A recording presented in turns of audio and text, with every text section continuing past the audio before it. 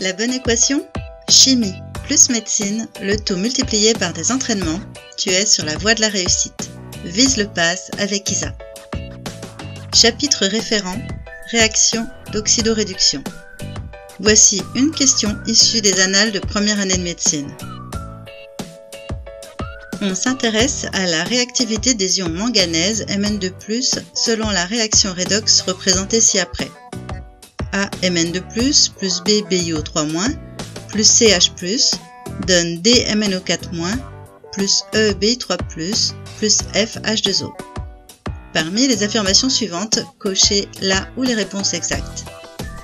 Je te conseille de mettre en pause la vidéo et de te donner 1 ou 2 minutes de réflexion. Dès que tu as tes propositions de réponse, appuie sur Play et profite de ma correction. Pour les 4 premières réactions, il suffit d'équilibrer la réaction proposée pour conclure. La méthode pour équilibrer une réaction est dans la vidéo 1.7a si besoin. Tu identifies les deux couples redox et équilibres les deux demi-équations. Les couples sont MnO4- Mn2+, et BiO3- Bi3+. Le premier couple, nous partons de Mn2+, qui va donner MnO4-. Nous ajoutons de l'oxygène dans la partie gauche. Chez les réactifs, il me faut 4 molécules d'H2O pour apporter les 4 oxygènes qui sont présents dans MnO4-. Par cette opération, nous avons fait intervenir 8 hydrogènes parmi les réactifs. Nous apporterons pour équilibrer 8 protons dans les produits. Nous terminons en équilibrant en charge. Il y a 2 charges positives dans les réactifs contre -1 plus 8, c'est-à-dire 7 charges positives parmi les produits. L'apport de 5 électrons vient terminer cet équilibrage.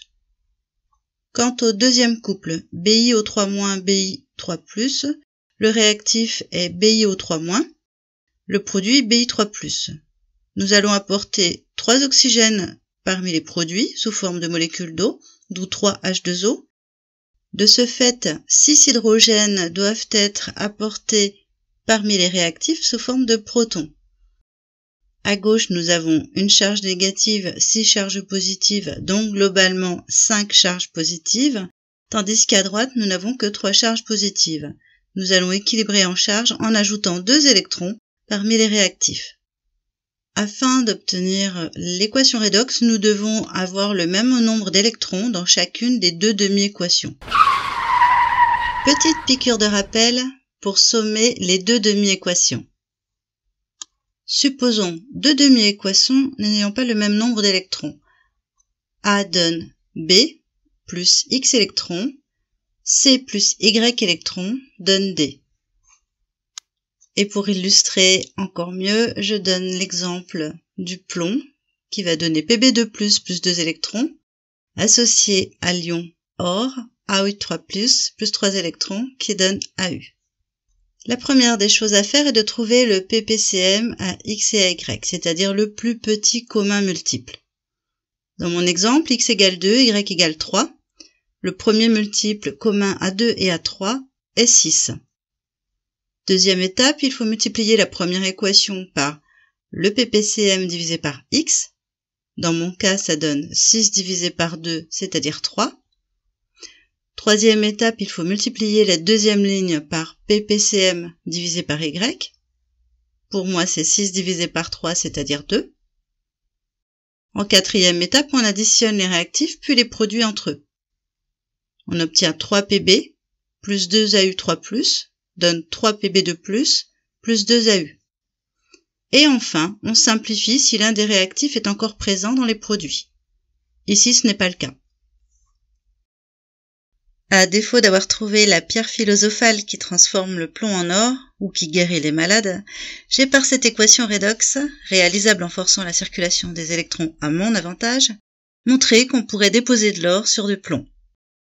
Cela crée au moins une belle illusion. Revenons à la réactivité des ions manganèse Mn2+. Nous avons un ppcm à choisir entre 2 et 5, c'est-à-dire 10. Nous allons donc multiplier la première ligne par 2 et la deuxième ligne par 5.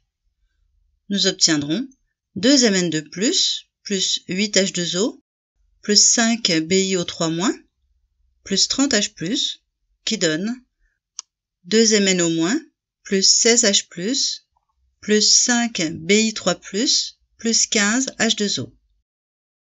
Comme nous retrouvons des molécules d'eau dans les réactifs et dans les produits, nous allons en éliminer un maximum, c'est-à-dire 8. Il n'y a plus que 7 molécules d'eau dans les produits.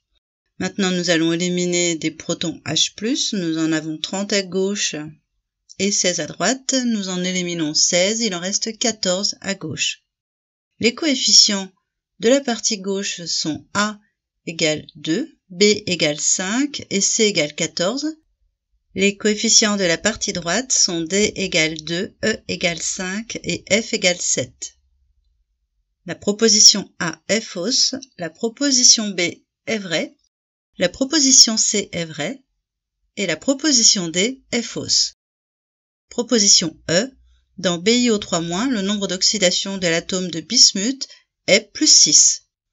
Je te renvoie à la vidéo 1.6b si tu souhaites revoir des informations sur le nombre d'oxydation. Ici, nous avons le nombre d'oxydation du bismuth additionné à 3 fois le nombre d'oxydation de l'oxygène, qui doit nous donner le nombre d'oxydation de l'ion, c'est-à-dire -1. J'isole le nombre d'oxydation du bismuth, il est égal à -3 fois -2 plus -1. 6 moins 1, c'est-à-dire plus 5. La proposition E est fausse.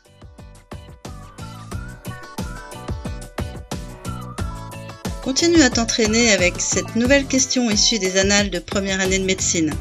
Mes corrigés détaillés des annales de passe sont disponibles en PDF et je t'explique comment les obtenir dans la description. Si le contenu t'a plu, partage la vidéo autour de toi. Et afin de ne pas manquer la sortie de mes prochains QCM, abonne-toi et active la cloche pour en être averti. Tu trouveras le corrigé du QCM que tu as sous les yeux dans la vidéo 1.8a. Dans le cas où tu voudrais faire de la biophie, clique par ici. Si tu préfères les biostats, clique par là. Je te souhaite bon courage et te dis à bientôt.